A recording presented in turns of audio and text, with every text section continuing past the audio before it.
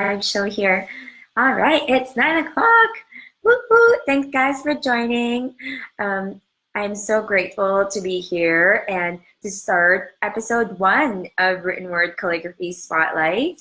As you guys may know, I started my business quite a while back, but this year is a big year for me because I'm pivoting our business a little bit from doing a ton of wedding invitations to doing more teaching and instructing while also still doing the wedding invites. And it's really becoming such a enriching experience for me. I feel like I've gone full circle with it. It's actually incredible how God has led me to this place of teaching and also like showing up in my feed. And that's why we're doing this live. I wanted to be more present to you guys, be able to listen to what you guys are asking for. And today we're starting with my story. So today I am going to be chatting about pretty much, about how I got started in calligraphy. It's going to be a 2-episode mini series about my story because I realized after I was, working on my notes and my outline and the questions that were coming in, there was 2 realms of questions about my story. So half of the people were asking me about the learning process, about where I struggled. People are asking me about when, how I learned it, where did I learn it from, like what were the things I struggled with and how I overcame that. So there was that realm of just calligraphy, how I got there. And then the other side was about business, like how I decided that I wanted to do calligraphy as a business, and then actually what spurred that on.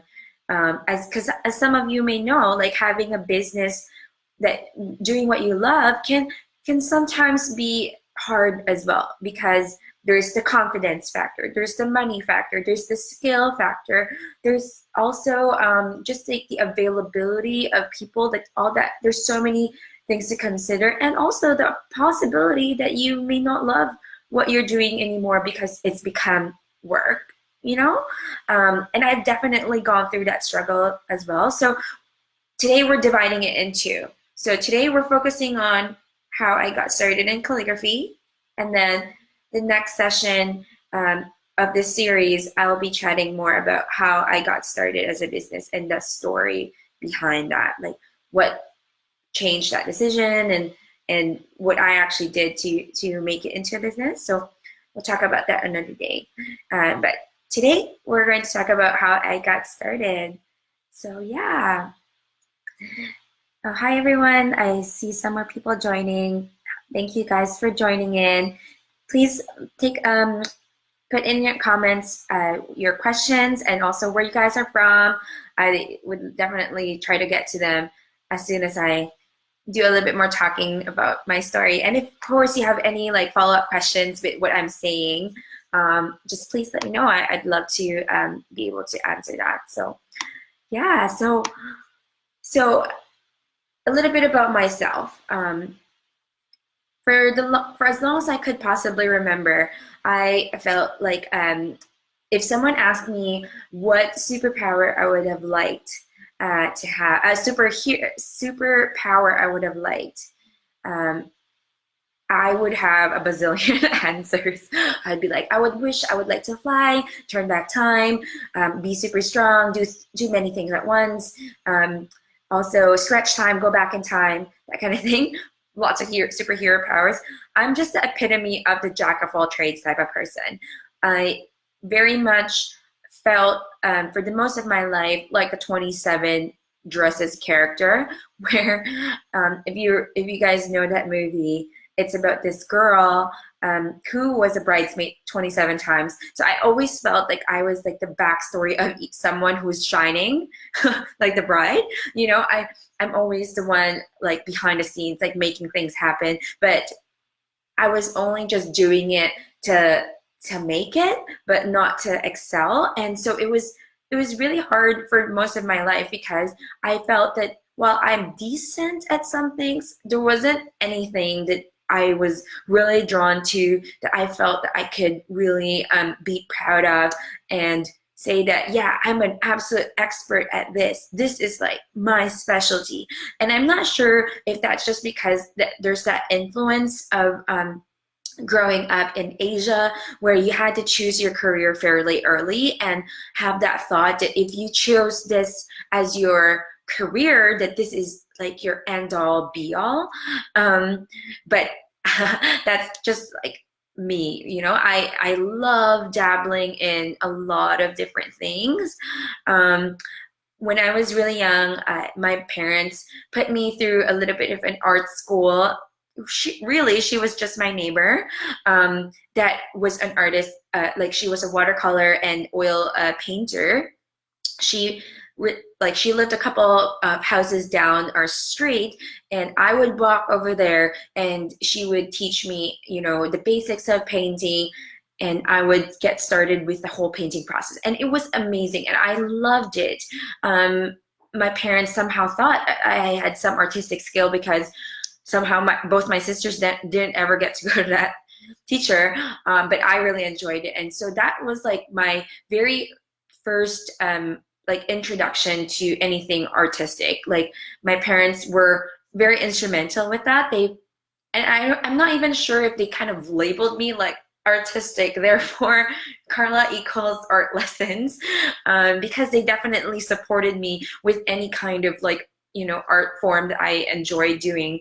So that was like one of those things I remember in my childhood, was that I went to her house, I painted a whole bunch of portraits, which I'm terrible at, by the way. I'm really, really bad at portraits. And so I started painting. And so that's where my background on painting, illustrating, I am not an expert in painting whatsoever. Watercolor is a bit more preferred, but sketching is my go-to. Like, I love illustrating like buildings, drawing places. Definitely not people, but every now and then I have to do that. But yeah, it's so that's kind of where I first started with some kind of art form. And then when I got into high school, I started to learn how to code websites, just from school, and my teacher decided to enter me into a contest. And in that contest, that's when I got a free course for Photoshop. So at that point, I'd never used Photoshop. I only knew like Microsoft Paint. I'm totally dating myself when I talk about these things, but that's essentially how I got started with the whole painting thing. And so Photoshop was my first intro to like graphic design. So I had an idea of how to code websites, but didn't really know how to create the graphics for it. Someone else did that for me. But because I took that course, I was like, oh, I could totally pick this up. This is useful for me. I actually can do something like that. So that's kind of like how I got into that.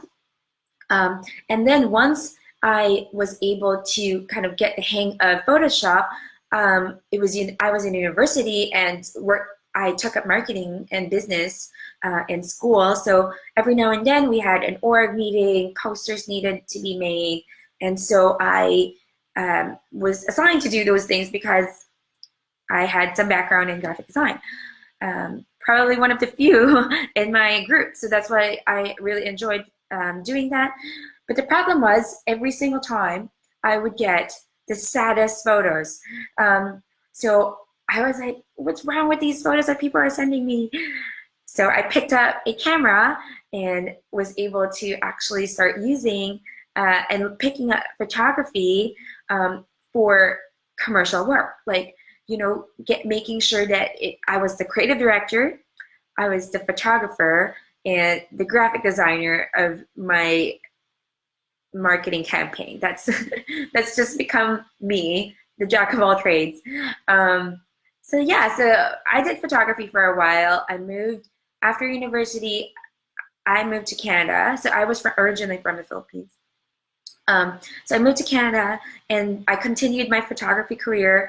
I worked for a marketing agency, and so I did a lot of filming, and photography of products. I photographed a lot of wood flooring, and so that was kind of a little bit of what I did.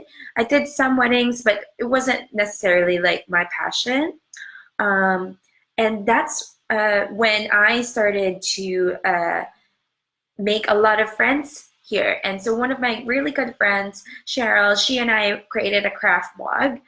Both of us at this point had like a bazillion other crafting skills. So I remember I did a lot of watercolor painting and all that stuff. We had picked up crocheting, we were baking, sewing, knitting. So we're like, we're two very, very creative, crafty, DIY type of people. We don't know what we want to do in life aside from our current jobs. Why don't we create a craft blog together? So we created that craft blog, and while we were starting that craft blog out, it was around the time that Instagram was starting. So that's when I started noticing people post about calligraphy. So one of those women was Fozzie from the Philippines, the Fozzie book. If some of you follow her on Instagram, she's an amazing calligrapher. She's really the pioneer of calligraphy in Philippines. And so I followed her and I loved her work. And I was like, oh, this is totally something I would love to pick up. So at this point, I had no idea what calligraphy was about. I also had no idea that it would become a business, and I had no intention either. It was more like, it was something to add to my skill set, and I knew that it was something I'd be interested in because of all my art, desire to normal art tendencies, and also that the fact that I also just really enjoyed handwriting. So at that point, I didn't really understand quite how it all worked, but I was like, okay, let's learn calligraphy. And I had no idea. I had no idea all the different sorts of calligraphy. I had no idea that there were different styles, different tools. I kind of had an idea what it should look like, but I didn't know how to get there. And at that time, there wasn't any workshops here in Vancouver. There weren't, at least not for modern calligraphy. So at that time, I wasn't exactly sure what I wanted to learn either, but what I didn't know at that time, what I wanted to learn was pointed pen calligraphy.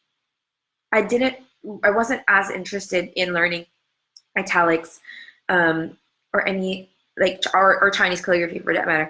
I just wanted to learn pointed pen, but I just didn't know how to get started. So at that time, it was really frustrating. So I went to Michael's, which is our art store here, bought a calligraphy set, whatever they had at that time, and started using it. And I realized very quickly that I couldn't just start using. I needed some guidance because I didn't know what to do with it.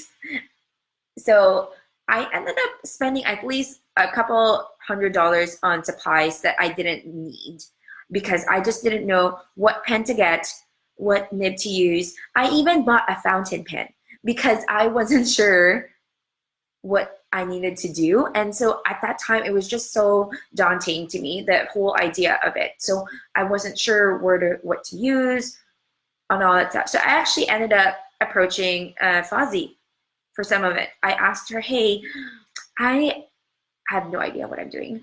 Do you think you can point me towards some information? And so she gave me some ideas. So she gave me some of the materials that she used, and she also gave me this. She also referred to me this book. So this book is one of the most basic books. This is the Mastering Copper Plate Calligraphy book. It's a step-by-step manual. It's definitely a traditional calligraphy book, but it's got the basics. So for me, that was a very good intro to figuring that part out. So I spent probably 2 months just wandering about. And because I was hitting a wall one after the other, my progress was really slow and my learning curve was super steep because I just had no idea what to use, where to get it from, and all that kind of stuff. And also because for Fozzie, a lot of the supplies, either she would have to get it from the States, or I'm not exactly sure how she would have gotten them. But it's some of the stuff you can't get locally, at least not in Canada. So you would have to order them online from either from the States. The UK has some now too. And of course, at this age and time, like you can ship worldwide. But I just wasn't as familiar with the tools, didn't know what to get and all that kind of stuff. So my learning curve was definitely steep. And at that time, there wasn't a ton of YouTube videos on it either. So I learned a lot of things on YouTube, but that was one thing that wasn't as visible on YouTube just quite. So it was a lot of digging and the right keywords to get to the right videos to teach myself how to do calligraphy. So it was a lot of trial and error.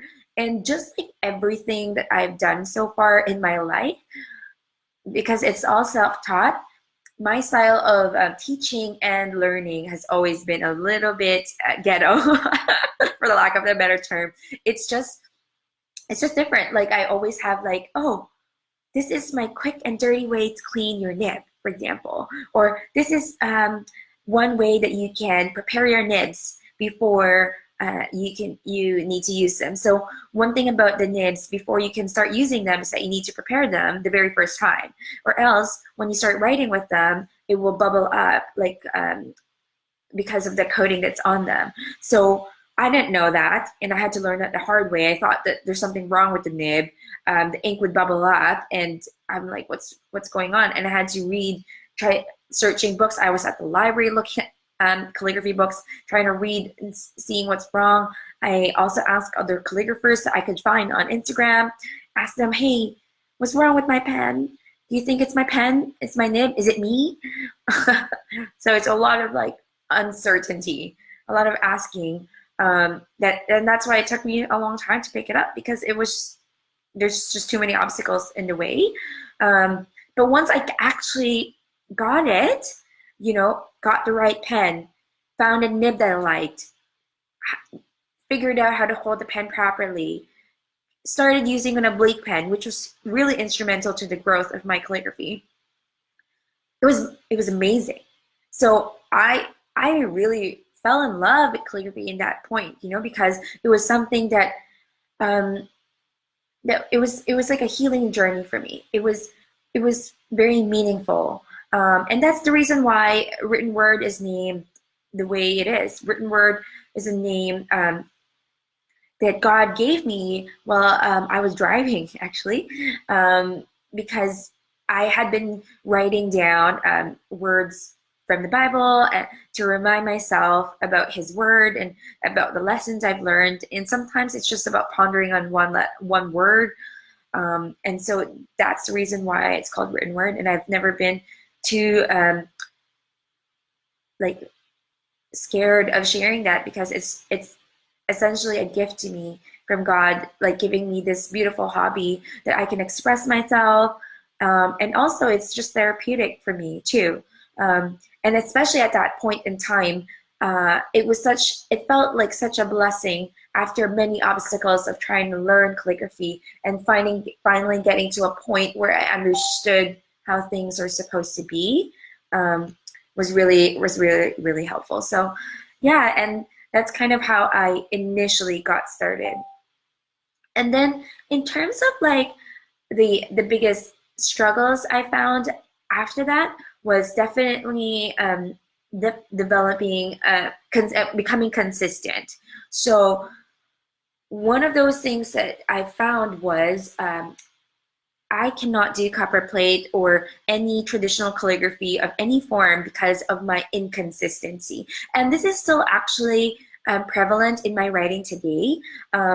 My calligraphy styles, even though they have been aggregated into a style, over time it still changes. And that's just like part of my personality and my character as an artist, that I do not stay still for a style. I like to change it over time, or when I feel like an A needs to be more upright or more spread out, or the words need to be closer to each other. And sometimes these styles change, and so I always have to update my exemplar on the website for my clients, because they'll look at my old work and say, which calligraphy style is this? And I'm like, yeah, it was this one, but now it's kind of changed, it's molded. And I'm going to have another session one day about developing the styles. But that's one thing I learned about myself, was that I was just not consistent, but I needed to be consistent enough, right? So that was the thing. And so what I learned from that was that I needed to practice a lot using a pencil, like getting my curves correct, getting my lines, and really going back to the basics. And so that it became second nature for me to write a certain way. That was so instrumental for me to create some kind of consistency. But because my level of consistency is not at the level of like a traditional calligraphy, I still cannot do it to this day. I'm like, I always refer to copperplate and Spencerian calligraphy for inspiration, of how to write certain letters and words. But like, in terms of the styling and consistency, it's just not my thing. So that was one struggle that I really experienced, was the inconsistency part. I don't know if you guys have had any experience with the inconsistencies of your writing, and what you struggled with that, but I would love to know. And if you can definitely put that in the comments below, so that I'm not just blabbing all the way out here. The second struggle that I really found with calligraphy was also discovering my own style. You know, because of the inconsistency of my writing. Every day was different. So I had to kind of like, okay, if I wanted to develop certain styles, I needed to find a way to mold them together in one. So that one took a long time to develop. So I'm going to be working on a course to actually put that into a step-by-step program. But that was like one of those challenges, like finding like my groove, and like knowing who I was as a calligrapher, where I wanted to go with it as well. So that was like definitely one of the struggles I had with the calligraphy. And also, another thing was, I was doing a full-time job. So one of the questions that I received here before, because from some of the students, from Deputy Dots, she said, what did you do for a living before calligraphy? So for the longest time, I was working in corporate. So I was working for TELUS, and I was I was a communication specialist and then a marketing specialist. So I was doing a lot of project management, and also a lot of just organizing between and communication between teams. So that was what I was doing before that. So for me to create time and space for it, for calligraphy, needed like a lot of motivation on my end to actually do it, because for the most part, I was busy with work and doing that. I was also busy with everything else, all my other hobbies. So I had to really sit down and say, okay, if I really want to pursue this, I needed to make the time for it. And because I was learning on my own and I didn't really have a mentor on it, I didn't really get the feedback I needed to know whether or not my work was doing well, you know? So for the most part, people would, if I posted my work on Instagram, for example, and I just posted it on my personal Instagram, people would be like, oh, it looks great. But that's not the feedback I need, you know? I'll be like, how about like my hairlines, or like, how about, you know, my A's? How do my A's look, or how do my L's look? You know, and most people don't care about that as much as I do, right? So there's definitely a little bit of my personality being a more perfectionist type of person. If any of you guys follow the Enneagram, I'm an 8. So I'm a control freak, essentially, according to this thing. I like to take charge. Hence, now I work for myself. I'm, you know, fairly strong-willed and decisive and very, very practical. And that's the style of teaching I do as well. I am not gonna fluff you guys up with anything. I'm gonna tell you how to do it and tell you guys this is, you know, I'm going to try to simplify it as much as I can. And for the most part, most of my students tell me that I do really end up like troubleshooting them in every single possible way to help them get where they need to be with calligraphy. So I mean, that's that, I guess it's a good and bad part of me being your teacher would be that apparently I'm never satisfied because there's always room for improvement. And I mean, I think it's a good thing to never be completely content with your work, and to really continue to push your limits, and to ask the questions, to reach out and ask for help, and to really try to get there. Yeah, Jennifer was just saying how you've struggled your writing being consistent. And honestly, a lot of it, you've probably heard this multiple times about practicing, becoming consistent. So one of those key things that I always tell my students is to practice with a pencil. So because with a pencil, you can perfect the letter. Because the pen is finicky, right? Sometimes if you write it a different angle or whatever, your letter doesn't look great. So if you perfect it using a pencil, you can erase and rewrite certain parts of it to draw it out, the letter into the shape you want it to be, and then put a piece of vellum on top of that letter, of that pencil form, and write it over and over and over again until it becomes muscle memory. So again, pencil, then trace over it. Like once your hand gets used to it, the consistency will come out. I think like sometimes with the writing, the consistency part, it's so difficult because we're always like thinking about what letter is next, or like the word doesn't look good altogether. But I find that if you go back to the very basic and like break down each letter to its form, literally I think of each letter and break it down into all of these different parts. That way I can see, okay, what is so wrong about this letter? Why does it look so bad? I really go that route, like why is this A shape, for example, like the letter A has this round oval shape, and then it's got that stem going down. So I look at that shape. How do I want that shape to look? Do I want it to be pointy? Do I want it to be a little bit angular? Do I want the bottom to be skinnier than the top? Do I want it to be round like an oval?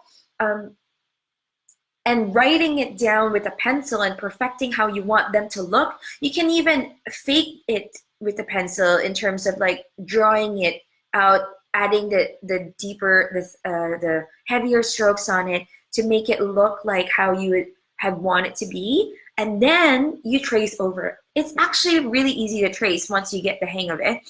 Once you trace over it with ink, then you'll be like, oh, that's how it's supposed to be. That's how it's supposed to feel like. And then once you keep practicing over that, that's when you can get like real consistent.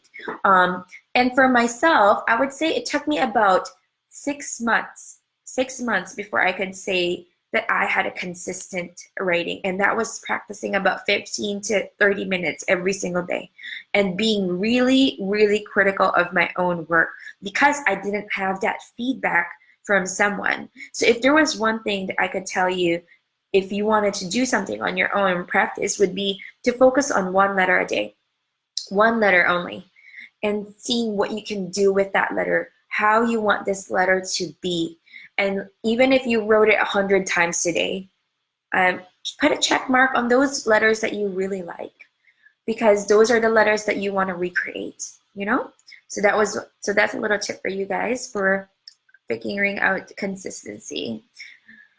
Let's see. I had continued a couple of questions. Oh, so Elodie was asking how I practice calligraphy. As I mentioned earlier, I went actually with that exercise. I always started with the practice drills. So the practice drills are important because it's kind of like starting a workout without warming up.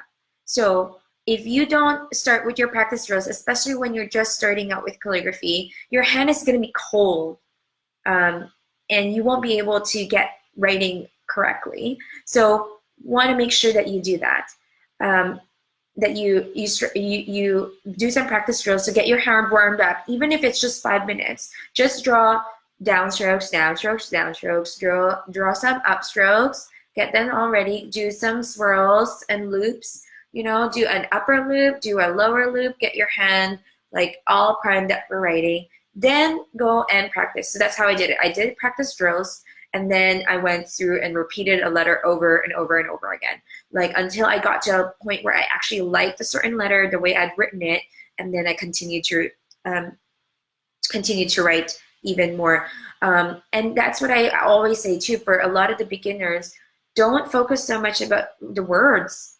Everyone loves getting into writing their names and their quotes, and while it is really, really exciting to do that, until your letters get better, your confidence is only going to get better once you can write your letters individually really well. Like that becomes second nature to you. And once you write it, it will get together. I mean, then it'll look better immediately because your letters look good on their own. So that's how I practiced calligraphy. Nowadays, it's a different story. So nowadays, because I sometimes have to write so many, how I practice calligraphy is fairly minimal. I write a couple of practice words. For example, I write the word test a lot. I'm not sure. I know I'm testing, but do I really need to write the word test? I'm not sure why, but I do. So I write the word test. And then I write it a couple of times, make sure that my writing, the ink is flowing right, the pen is right, the nib is good. So that's another thing too, when you're practicing, your nibs may get really banged up, and you probably need to change them. So you sometimes you do need to get rid of and change a new nib so that you can write properly. You know, nowadays when I address envelopes, I use 1 or 2 nibs in a day, and that's normal. Sometimes even 3 or 4. Once the nibs are no longer performing great, it adds to the frustration of not being able to write correctly and consistently.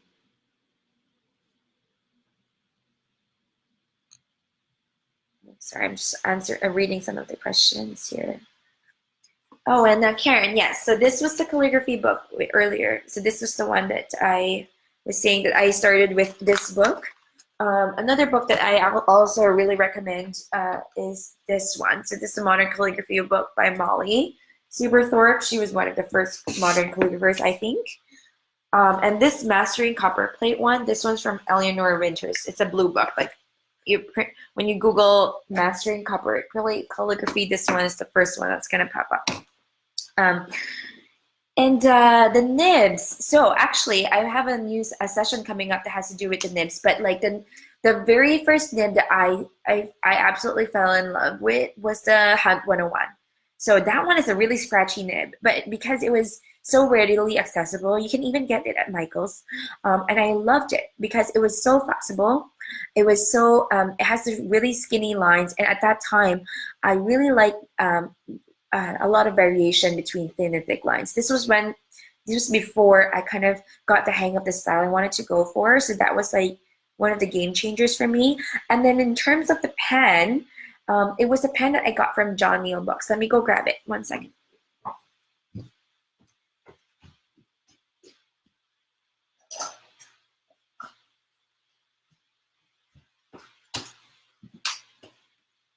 So it was this pen. So this is called the Blackwell pen from John Neal Books. It is not my favorite pen anymore, but at that time, this was like mind blown because this pen, this is a little bit fancy. It's got like a little screw over here, and that way you can put your nib and adjust the nib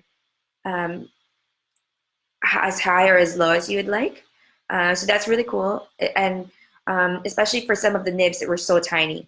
One of those things that I did when I was getting started was like I purchased a whole bunch of nibs and tested each one out to see which one I liked, and that's when I found out that some nibs were not even for a pointed pen.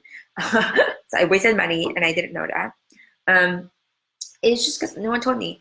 Uh, but it was good because I got to see and feel what it was like to write with a different kind of pen. So this was my mind-blowing pen. And also because at that time, um, the other pen I was using was the Speedball. So the Speedball oblique pen was like my very first basic pen too. So I actually started off with the straight pen, and then I started next with the Speedball oblique pen. It was good, but it wasn't amazing. And some of you probably tried it, but it wasn't as great. I definitely used the Speedball a lot in the very beginning, though. I used it probably at least for 3 to 4 months, and I just wrote with that. It's similar to actually me when I was doing photography. I had like the saddest lenses. I had like the very basic kit lens, and I wanted to make sure that I knew how to use the camera and had the perspective and the vision for things before I invested in an expensive lens. So that was my approach to calligraphy as well. I wanted to have like the even though it was the most basic of pens, the Speedball one, it's like $1.50 or something. It's a plastic pen, but it writes fine. It was just not amazing. It was good for practice for sure. And the nibs need to be changed. It really depends on the nib. So Jennifer is asking, how often do you think need to be changed out? So for example, when I'm addressing envelopes, I address, say, for example, 100 envelopes in a day. I at least change twice. Um, or I mean, I change once. So there's two nibs that I use, one for 50 envelopes, but that's a lot of lines and a lot of writing. But when I was first starting out with calligraphy, even with the hunt nibs, so the thing about hunt nibs is that because they're so cheap and they're so scratchy, I find that they don't last as long. But once the tip gets a bit more like rubbed down, then it's a little bit less scratchy. Then it gets scratchy again when it gets really bad. But it's I think the longest I've ever used a single nib for practicing was like 6 months. I just like worked that nib to the bone. But for projects, that's when I say you need to change the nibs often, because you want to make sure that that first envelope and the last envelope looks the same. Yeah. Yes, I prefer an oblique pen. And Tina, you're asking, how do you know if it's the nib and not you when you were just starting out? That I didn't know. So I was like, let me just try and see. And I think that's become like one of my philosophies is just um, uh, try and try and try and see if it's going to work. Um, I found that if I at least tried a nib for 15 to 20 minutes and it's still not working out for me, then it must be the nib. But if a lot of people seem to like it, if a lot of people seem to like it, then maybe they just have a different preference than me. But yeah. And so Jennifer is asking why I prefer the oblique. So, because I'm a modern calligrapher, I am not very strict about the positioning of how you sit.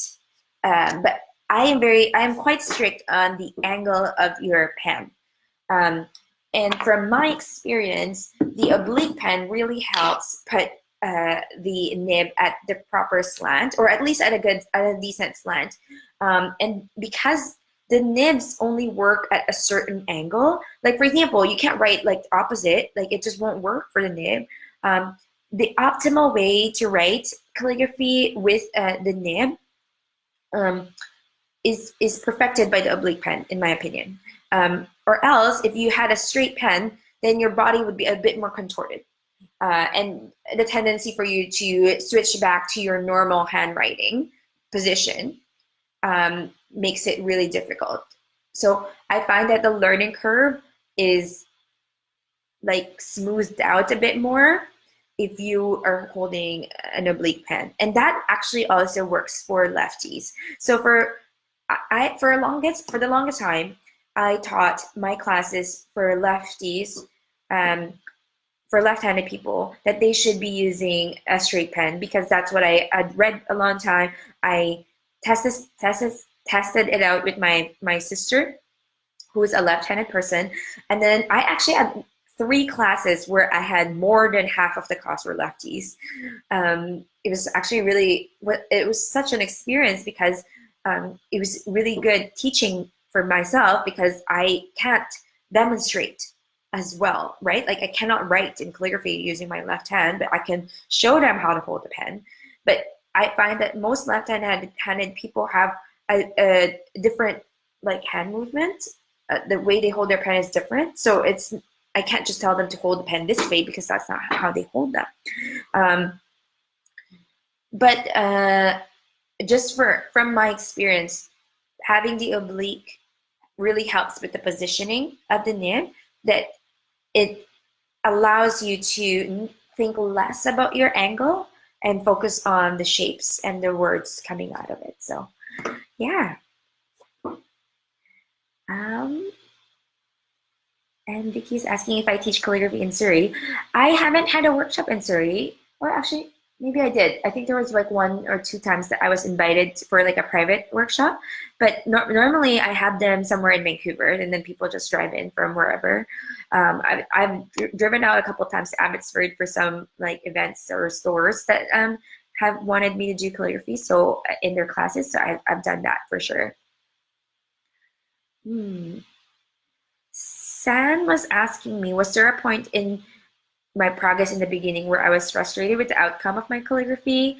I'm like, yes, absolutely. It was pretty much like my first 6 months of learning calligraphy. It was a lot of frustration and a lot of inconsistency, and the thin lines are just too thick. And, writing whole sentences just doesn't look good. But that's also why I keep mentioning to going back to the basics, because the basics are where it's really at, in order for you to come to a point where you're comfortable with your writing, and that you are able to connect letters a little bit smoother, So yeah. Do you guys have any other questions for me?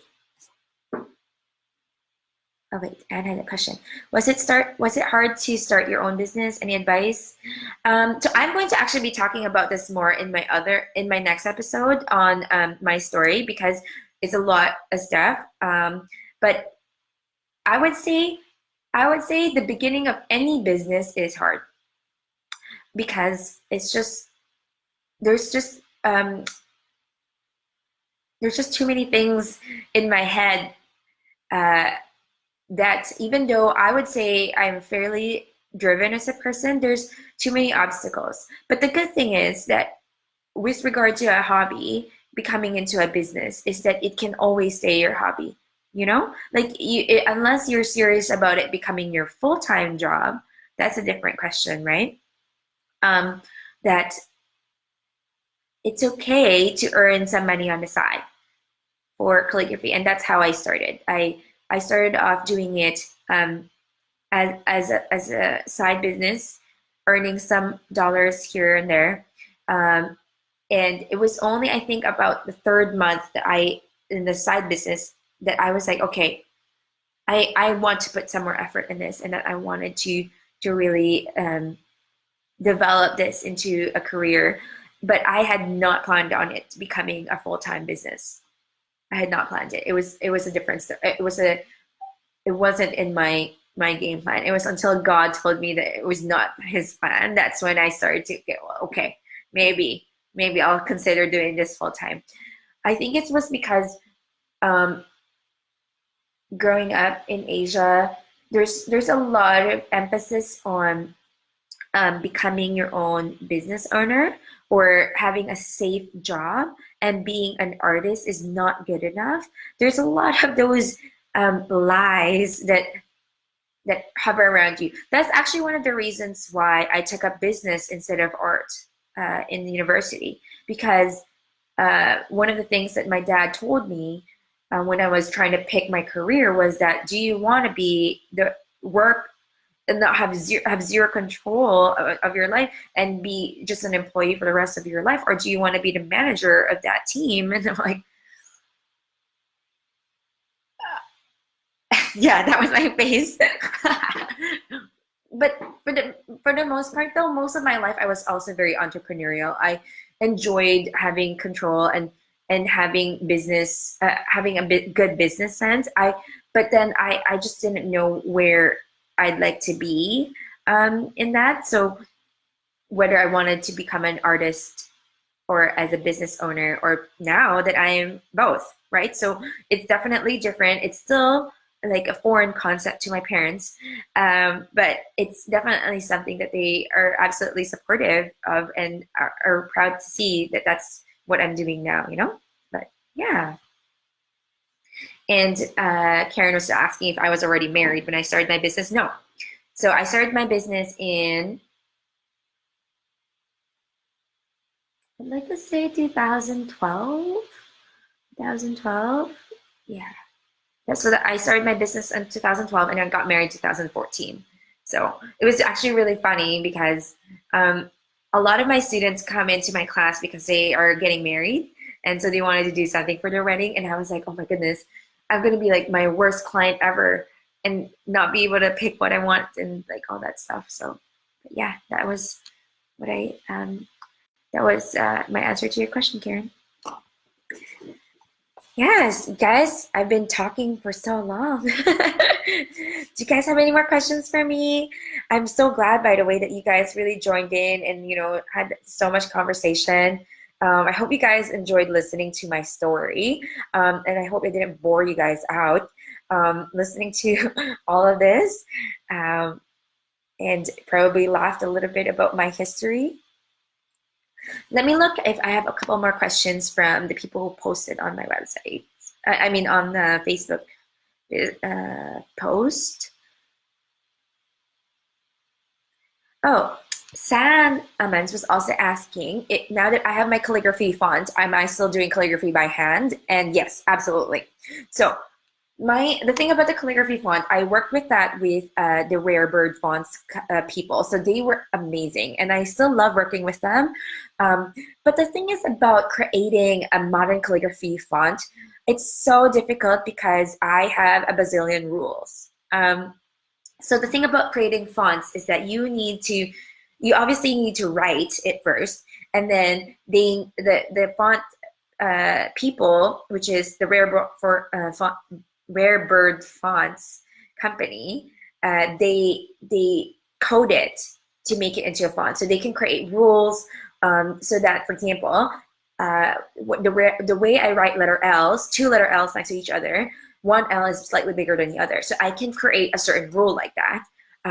Or for example, if the letter I is at the end of the word, I like the tail to be longer, for example. So all of these things are part of the font development process, but nothing is going to compare to a handwritten item. So I definitely still write every single day, especially right now that I'm developing my course. So some of you guys have heard about it. I'm working on a beginner course, and then I'm also working on a couple of follow-up courses after that. But the beginner course is my number one focus right now, and I'm making sure that it's like really tight. So that's why I'm so busy lately writing a lot, so that I'm working on the worksheets, to make sure that they're perfect for use. So I definitely use the font sometimes as a placeholder. So for example, when I'm laying things out, it's nice to have a calligraphy font so I don't have to write it. I just type it. Or for example, sometimes I have to work on a set of vows for a couple. When I type it all out using my font, I can tell how long things need to be, what the heights need to be at. I have a general idea of placement. I very rarely use my font for final product unless I know that it's going to be perfect for it. I definitely prefer my hand over my font. I am so picky. That calligraphy style of mine has changed so much. You know, it was the Rare Bird interpretation of my calligraphy, essentially. So I definitely use the font for those purposes. And I write with my hand most of the time. Another thing I do use is an iPad. So my husband gave me an iPad for my push present, and I'm like, why did you give me something that I am supposed to work with? But so I use the iPad for lettering sometimes. So nothing beats pen and ink. I'll tell you that. Even though the technology is getting better, the Apple Pencil is amazing. Um, it's good for certain things, and I love to use it for drawing certain things as well, like not sketching, not shading for some reason. It just doesn't feel the same as a pencil. Um, but drawing like abstract shapes is great for that. So I definitely use my fonts and my iPad for digital lettering, but I definitely still use pen and ink for most of it. And Vicky was asking, what area of your business do I earn the most? Teaching, invitation, or writing? So um, right now, it's invitations still. So right now, and that's the path of calligraphy that I went, right? So when I first started out in my business, I was doing a bit more of prints and workshops and the calligraphy and the invitations. And then for the past 5 years, I've just been absolutely focused on wedding invitations, and it's still a focus for me. I still love doing it. It's that this year I'm changing it a little bit. And my very first course, which is going to be called Creative Calligraphy Course (CCC), it's going to be the perfect beginner course for calligraphy. So if you are interested in starting out in calligraphy, or if you taken my course and wanted to learn more, honestly, we're jamming this thing with so much good stuff that I know you guys are going to love it. We're going to go over lowercase, uppercase, connecting letters, all sorts of practice drills. We're going to have a 10-day, 30-day, and 90-day plan for practicing. It's going to be a really good, robust plan. And also, I'm still like figuring out the system, but our online platform has the ability to set reminders. So, like on apps and stuff, like if you didn't, like, for example, do something that day, they'll send you a notification and say, hey, did you forget to work out today? Or for example, my Bible app reminds me that I hadn't read my Bible today. So those are like good reminders for me to keep track. So those are the things that we're really putting in our program to help you guys really like kickstart your modern calligraphy journey. And then after that, we're going to be focusing a bit more on the developing your own style. So that's going to be the next course after creative calligraphy. We're going to be doing that, and also then working on that big program on creating your calligraphy business. So a lot of you guys have been telling me all these questions and stuff. I am taking them to heart. I am trying to make a program that is really absolutely beneficial to you guys. So yeah, all right. Thank you guys for joining me today. I really enjoyed spending time with you guys. I'm so glad that I get to even do this with you. Thank you for joining for my very first episode. I feel so grateful that you guys are here today to talk with me, and I hope you guys learned something. And I'll see you guys next week for episode number 2. Thank you guys, and bye.